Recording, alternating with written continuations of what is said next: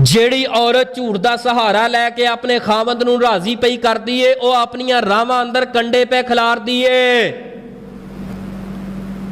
हाँ हाँ ऐसियां बीबियां दे मैसेज, ऐसियां साड़ियां भैनां दे मैसेज आज भी साडे कोल मौजूद है, काला मौजूद है, ਜਿਹੜੀਆਂ ਅੱਜ रो रही ने, तड़प रही ने, साड़ियां जुदाइयां हो रही ने, घर उजड़ रहा है, 3-3 4-4 बच्चे ने, असा कित्थे लैके जाइए? कोई वजीफा दसो, हल दसो मेरी बहना। झूठ का सहारा लैके तू अपना एतमाद खामद दे नालों तोड़ लिया है। और सब नालों वड्डी रिश्ते अंदर बुनियादी चीज़ एतमाद हुंदा है। जदों मियाँ बीवी दा आपस अंदर एतमाद ना रह जाए और रिश्ते कदी तोड़ नहीं चढ़ते।